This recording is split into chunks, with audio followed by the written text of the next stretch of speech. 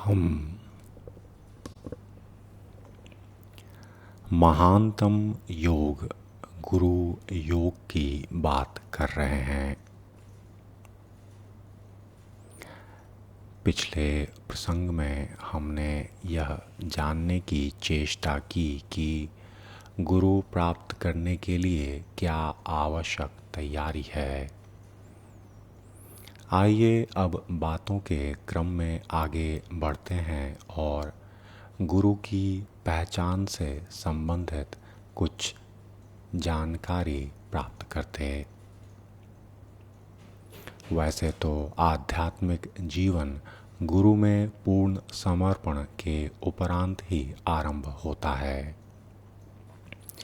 लेकिन पूर्ववत कुछ आवश्यक तैयारी भी चाहिए।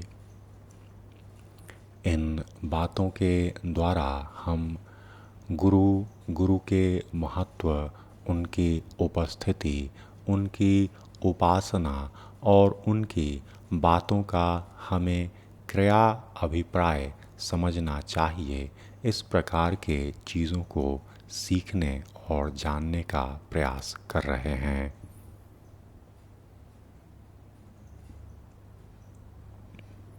आगे बढ़ते हैं।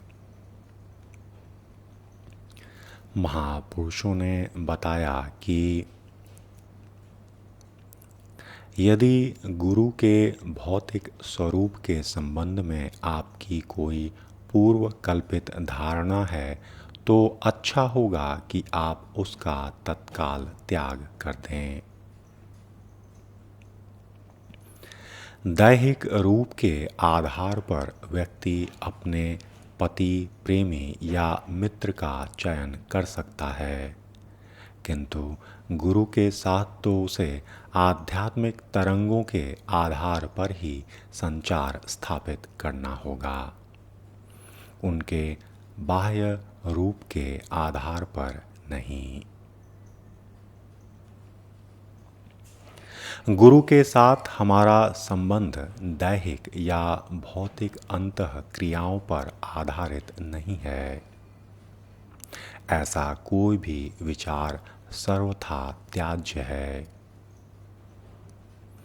गुरु का कार्य हमारी इंद्रियों को उत्तेजित करना या वासनाओं को तुष्ट करना नहीं है। ये कार्य तो सांसारिक अंतः क्रियाओं द्वारा होते हैं। शिष्य से गुरु का संबंध आध्यात्मिक, मानसिक एवं सूक्ष्म स्तरों पर आधारित है। अतः व्यक्ति को आत्मिक दृष्टि से ही निर्णय करना चाहिए, शारीरिक स्वरूप देखकर नहीं। गुरु का बाह्य व्यक्तित्व आकर्षक हो सकता है और आकर्षक नहीं भी हो सकता, किंतु यह सारी बातें बिल्कुल महत्वहीन हैं। संसार में आकर्षक लोगों की कमी नहीं है, परंतु उनमें से ऐसे कितने हैं जिन्होंने शांति प्राप्त की है तथा अपनी आत्मा को प्रकाशित किया है।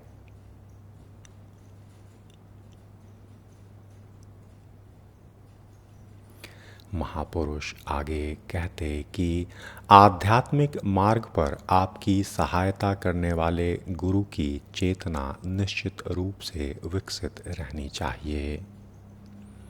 यदि गुरु की सजगता आपकी सजगता के समान ही सीमित है तो वे भी आपकी तरह ही कठिनाइयों, इच्छाओं, वासनाओं, लोभ और भ्रम को अभिव्यक्त करेंगे। उनका उद्देश्य दूषित होगा और उनकी सलाह अविश्वस्त रहेगी। अतः आपको गुरु रूप में किन्हीं ऐसे व्यक्ति को स्वीकार करना है जिनकी चेतना आपकी चेतना से उच्चतर हो।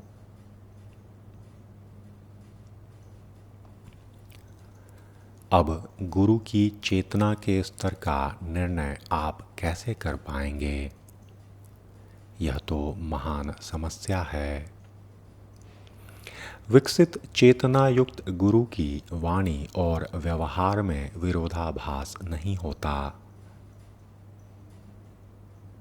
उनके विचार, उनकी वाणी और कर्मों में समरूपता रहती है।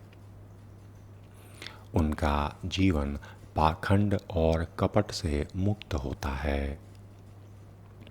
यदि वे इस मानदंड पर खरे नहीं उतरते हैं तो अच्छा होगा कि आप उनसे अपने को अलग कर लें।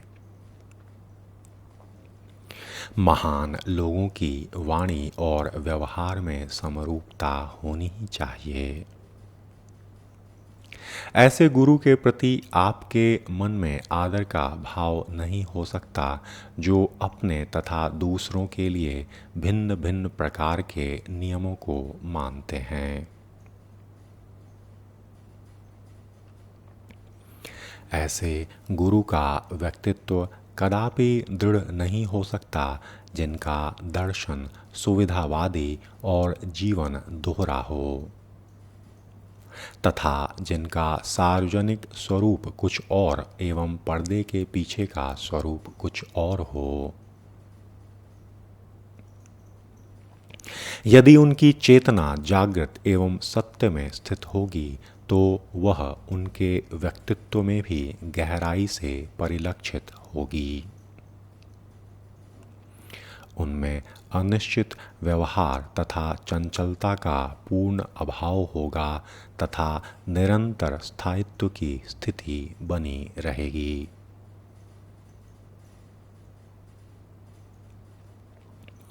ऐसे गुरुओं की ओर लोग स्वतः खिंच जाते हैं। आप उनके व्यक्तित्व से पूर्ण रूपेण आकर्षित हो जाएंगे, सम्मोहित नहीं। आपको प्रेमोन्माद में अंधा कर या मूर्ख बनाकर सम्मोहित किया जाता है। उन्माद का प्रभाव हटते ही सम्मोहन समाप्त हो जाता, किंतु सकारात्मक आकर्षण का प्रभाव गहरा और स्थायी होता है। जिस प्रकार मधु में निहित माधुर्य मधुमक्खियों को अपनी ओर खींचती, उसी प्रकार गुरु का चुंबकीय व्यक्तित्व भी लोगों को निश्चित रूप से आकर्षित करता है।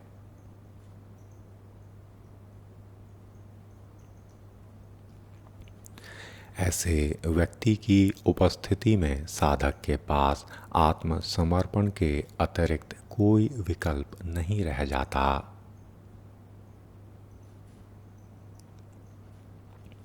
हम जो ही ऐसे व्यक्ति के निकट जाते हैं, एक गहरा स्वाभाविक संबंध स्थापित हो जाता है।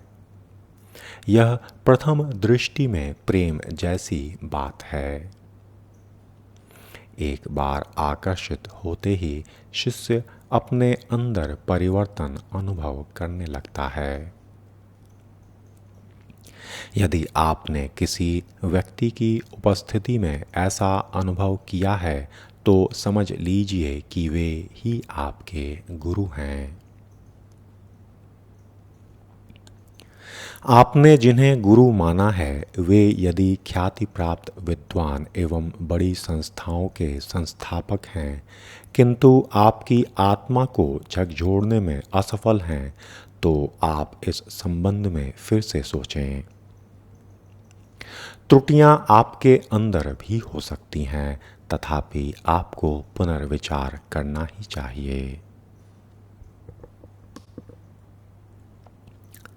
आज संसार में ऐसे लोगों की कमी नहीं है जो गुरु रूप में ढोंग भी रचते हैं।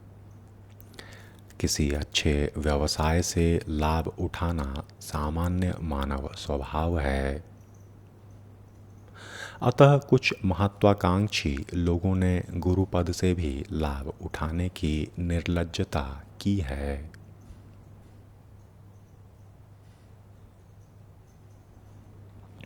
धोखेबाज गुरु और ढोगी पैगंबरों की कमी नहीं है।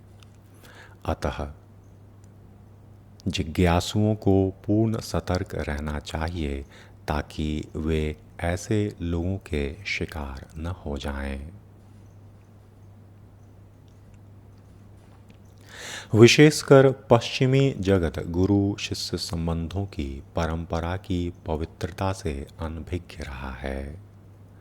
परिणाम स्वरूप वहाँ के लोग प्रायः ऐसे व्यक्तियों से प्रभावित हो जाते जो सिद्धियों का प्रदर्शन करके विकसित चेतनायुक्त होने का दावा करते हैं।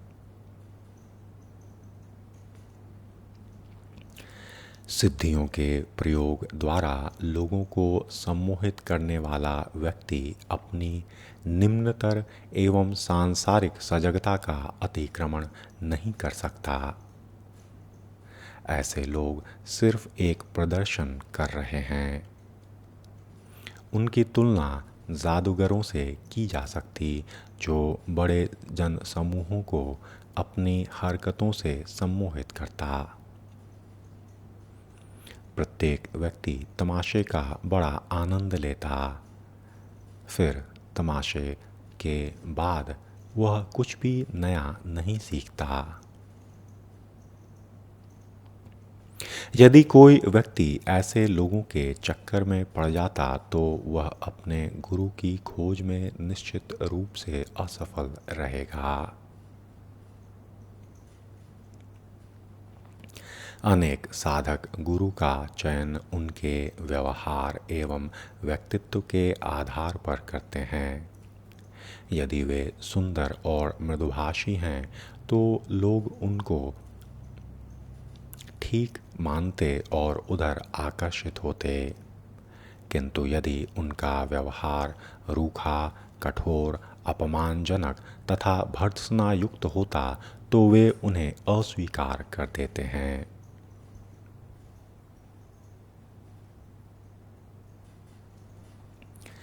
इस स्थान पर हमें याद रखना चाहिए कि हम अपनी सीमाओं से ऊपर उठने के लिए गुरु सद्गुरु की खोज कर रहे हैं।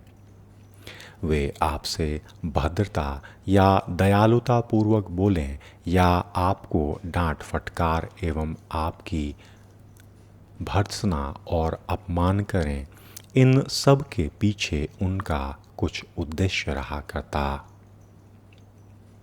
अतः आप गुरु के बारे में निर्णय उनके व्यवहार को देखकर नहीं बल्कि उनके उद्देश्य की शुद्धता को समझकर करें। यदि उनका प्रयोजन पवित्र है तो हमें शिक्षा देने के लिए वे किसी भी विधि का प्रयोग कर सकते हैं और हमें उस पर आपत्ति नहीं होनी चाहिए। जो गुरु अपने शिष्य के प्रति केवल मधुर शब्दों का प्रयोग करते हैं तथा कभी उसकी भर्त्सना नहीं करते, वे सिर्फ उनसे या उसे संतुष्ट कर सुला देते, निष्क्रिय बना देते और इस प्रकार उनके अहंकार को भी सुदृढ़ करते हैं। अतः एक बात सदैव याद रखना चाहिए कि आपके गुरु आपकी उपलब्धि तथा विकास के स्तर के अनुकूल ही होंगे। गुरु के संबंध में मूल्यांकन करने तथा निर्णय लेने में व्यक्ति की अपनी योग्यता एवं व्यक्तित्व की भूमिका बहुत महत्वपूर्ण है। एक लगनशील शिष्य को निष्कपट और सही गुरु अवश्य मिल जाएंगे। यदि उसे मानसिक शक्ति की इच्छा होगी तो वह सिद्धियों का प्रदर्शन करने वाले गुरुओं के पीछे भागेगा। संपन्नता चाहने वाला शिष्य संपन्न गुरुओं के पास जाएगा। ज्ञानोदय की कामना करने वाले शिष्य को ज्ञानमय गुरु मिलेंगे। इस बात में तनिक भी संदेह नहीं है। इसलिए एक शिष्य को गुरु को जानने की कोशिश करने की अपेक्षा अपने आप को समझने का प्रयास करना चाहिए। अतः यदि कोई श्रेष्ठ गुरु प्राप्त करना चाहता है तब उसे निश्चित रूप से उत्तम साधक बनना ही पड़ेगा। तभी सद्गुरु का आगमन एक मानव जीवन में होगा और फिर निश्चित रूप से रूपांतरण भी होगा, क्योंकि उन सत्य ब्रह्मनिष्ठ गुरु के सामने आपकी वासनाएं पूर्णतया क्षीण हो जाएंगी। आप स्वयं के प्रकाश को उनके उपस्थिति में अवश्य देख पाएंगे, आत्म दर्शन कर पाएंगे।